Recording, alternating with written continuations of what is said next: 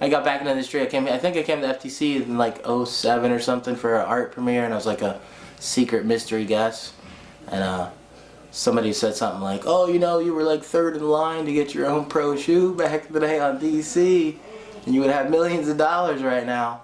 And I was like, "Yeah, that's cool, man. You know what I mean? Thanks for reminding me something like that, but not really what I was in it for. You know what I mean?"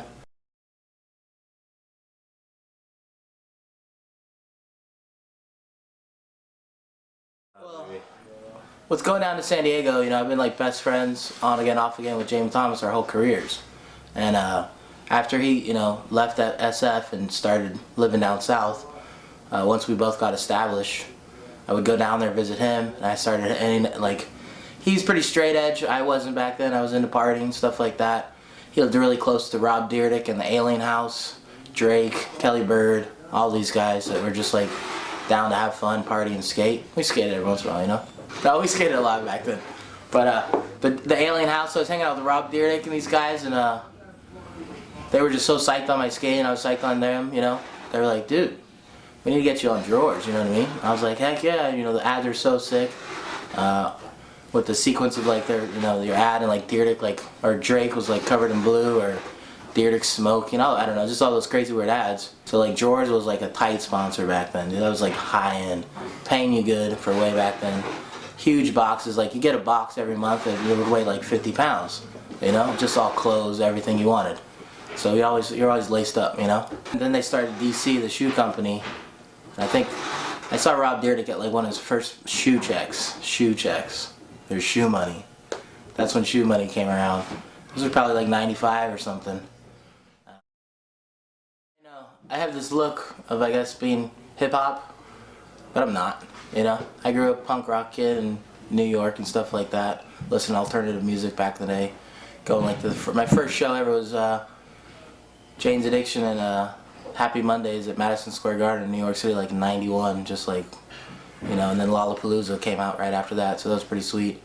But just like style-wise, just like boys back in the day, like Javante, just did all kinds of different tricks, and he just like looked at him effortless, especially for a tall guy and a black guy. You know what I mean? Ray Barbie before that. Loved Barker Barrett. There's one ad where he's doing like a back 5-0 for an Airwalk ad. He's wearing Enigmas. That like still to this day is like one of my favorite photos, and the shoes that he wore, I was just like, I gotta get those shoes because he's got them. Stuff like that. Like he looked cool, so I thought I was gonna look cool wearing them. Then like people like Sean Sheffy, just like going so big. I think his hair, maybe his hair, like live videos and 8th Street and all this crazy stuff. And he was just like, go so fast, go so hard. And he would do just like big ollies, big half cabs, you know what I mean? Fakey ollies over picnic tables, you know, fakey, and I guess that's why I like ollie. I never wanted to do ollies in magazines because I thought that was lame.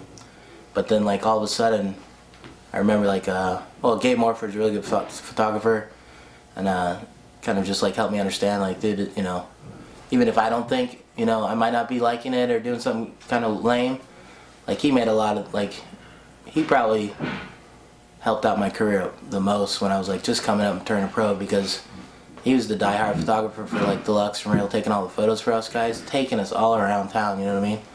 He's like, he's got to be pretty legendary, you know what I mean? So I thank Gabe for a lot of stuff like that too, man. Without him, probably wouldn't be where I am, you know? So stuff. Well, back then, when I grew up, I never inspired to be a professional skateboarder in the beginning. I skateboarded because I was an outcast. I skateboarded because I wanted to not fit in with everyone. I already didn't fit in with everybody, so I wanted to like do my own thing. It was like an art form. It was artistic, even though we're scaring pedestrians down the street or turning you know, buildings and sidewalks and benches and everything, just scratching them all up and stuff like that, you know.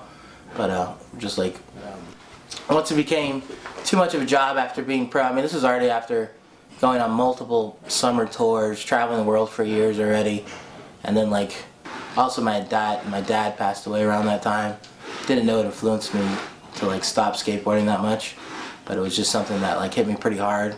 Back then I didn't know how to deal with it, so I just started playing billiards, 9-ball for sure. I had like a teacher, and just maybe started, I was only skating like once a week at that time and just playing a lot of billiards.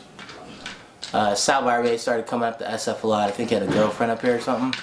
he was coming up here. Sal's always been like one of the coolest guys ever, like style, just in general. Like, you know, Sal's pretty cool. He had the best shoe, one of the best shoes, and he like I had never met him back in the day.